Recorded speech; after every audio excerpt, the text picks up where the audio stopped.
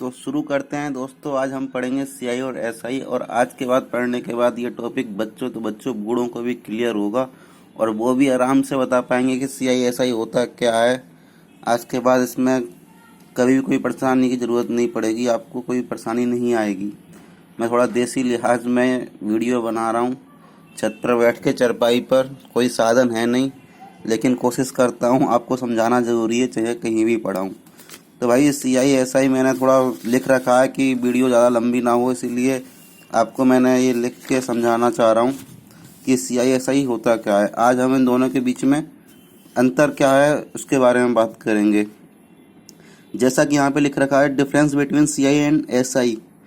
मान लीजिए कि आपके पास एसआई और सीआई दोनों को मैंने इक्वल लिया है। आपके पास जो पैसा है, मतलब मान के चलें, समझने के लिए मानना ज़रूरी है कि आपके जेब में 100 रुपये हैं और आप किसी को साधारण ब्याज पे देते हैं एसआई पर।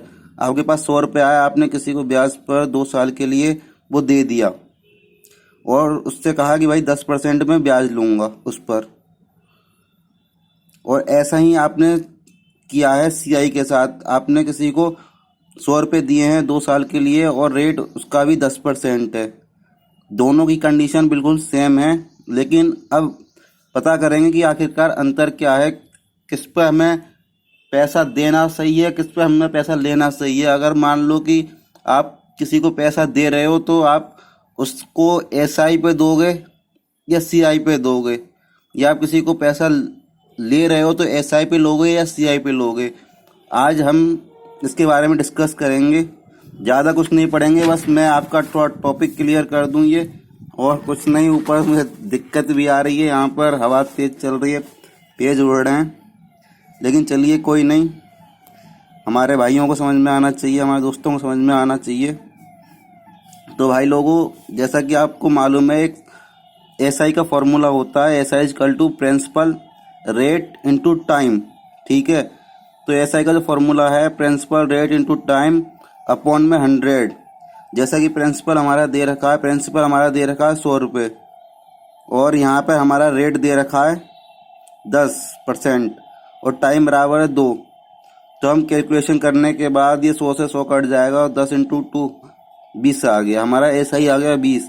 ये भाइयों पहला मेथड हो गया। अब हम बात करते हैं दूसरे मेथड की, इसको ब्रांच मेथड भी कह सकते हैं। 10% इक्वल टू होता है 1/10, और जब हमारे पास 100 रुपये हैं तो 100 रुपये पे पहले 10% निकालेंगे। 10%, 100 रुपये पे 10% कितना आएगा? 10। अगले साल फिर 100 रुपये पे 10 रुपये का परसेंटेज निकालेंगे, वो भी आ जाएगा 10। टोटल मिला के दोनों साल का जो हमारा आ गया 10 10 20, तो ऐसा ही हो गया 20। मतलब कि टोटल अमाउंट जो हम किसी को 100 रुपये देंगे और हमें 2 साल बाद वो वापस करेगा पूरे पैसे, वो 120 रुपये होंगे। और जो एसआई होगा, जो सिर्फ ब्याज होगा, हम कहेंगे कि ब्याज कितना मिला, हम बताएंगे 20 रुपये। हम पूछेंगे पूरा टोटल कितना मिला, तो 120 रुपये, क्योंकि हमने 100 रुपये उसको दे ही रखे थे और 20 रुपये हमारा ब्याज हो गया, अब हो गया वो 120 रुपये। यही बात हम करेंगे सीआई के साथ। जैसा कि सीआई दे रखा है, हमने कहा दोनों में सेम केस है। जो हमारे पास पैसे हैं वो भी 100 रुपये हैं, टाइम है वो 2 साल है, रेट है वो भी 10% है। हमें कैलकुलेट करना है सीआई।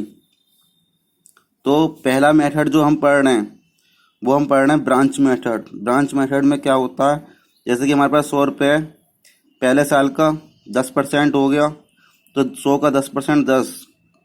अगले साल 100 का 10% 10। लेकिन भाइयों इसमें होता क्या है कि इसमें ब्याज पे भी ब्याज मिलता है। जैसे कि आपने किसी को 100 रुपये दिए, तो पहले साल हो गया 100 रुपये का 10 रुपये ब्याज, तो 110 रुपये। तो अगली साल जो आपको ब्याज मिलेगा वो 110 रुपये में मिलेगा, ना कि 100 रुपये पे। अब 110 रुपये पे ब्याज मिलेगा, इसका मतलब आपको ज़्यादा अमाउंट मिलेगा। तो यहाँ पर पहले साल 100 रुपये का 10 रुपये मिला है और दूसरे साल भी 100 रुपये का 10, लेकिन दूसरे साल ऊपर वाला जो टोटल मिला के 100 और 10 110 हो गए, 110 पे भी 10 रुपये मिलेंगे। मतलब कि 110 रुपये पे 10% का ब्याज मिलेगा आपको। ये टोटल मिला के कितना हो गया? 21। ठीक है, इसमें एक सेकंड मेथड ये है कि 10% इक्वल टू होता है 1/10। पहले साल में क्या हो जाएगा, प्रिंसिपल हो गया हमारा, हमने लेट कर लिया 10%, 1/10 ये हमने लेट कर लिया है प्रिंसिपल, ठीक है। तो प्रिंसिपल पहले साल का 10 है, और 10 से क्या हो जाएगा, ये 11 हो जाएगा। 10 से ये 11 हो जाएगा पहले साल में, दूसरे साल में भी 10 से 11 हो जाएगा, और फिर इसका मल्टीप्लाई कर देंगे 10 इंटू 10 मतलब 100, और 11 इंटू 11 121। जो यहाँ पर आता है वो प्रिंसिपल होता है, जो यहाँ पर आता है वो अमाउंट होता है। तो सी आई इजकल टू क्या होता है, प्रिंसिपल माइनस अमाउंट, जो कि हमारा 21, ठीक है, जो हमारा 21 आ गया। अब थर्ड मेथड जो है, ये हम इसको ले सकते हैं, जो हमारा रेट होता है, rate plus R into R upon 100, एक ये मेथड होता है, जिससे हमारा ये 21% निकल के आ रहा है, और 100 का 21% हमारा 21% हो रहा है। तो भाइयों, जैसा कि आप समझ सकते हो कि हम जब एसआई पे किसी को पैसा देते हैं तो हमें 100 का 120 रुपये में मिला, लेकिन जब सीआई पे वही देते हैं तो वो 121 रुपये मिला। ये तो छोटी अमाउंट थी, इसीलिए ज़्यादा डिफरेंस है नहीं दोनों में। अगर बात करें हम 1000, 5000, 10,000, तो ये अमाउंट और भी बड़ी हो सकती है, इसमें डिफरेंस काफ़ी हो सकता है। इसीलिए एसआई पे पैसा लेना चाहिए, लेकिन सीआई पे देना चाहिए, तो वो हमारे लिए ज़्यादा बेनिफिट होगा।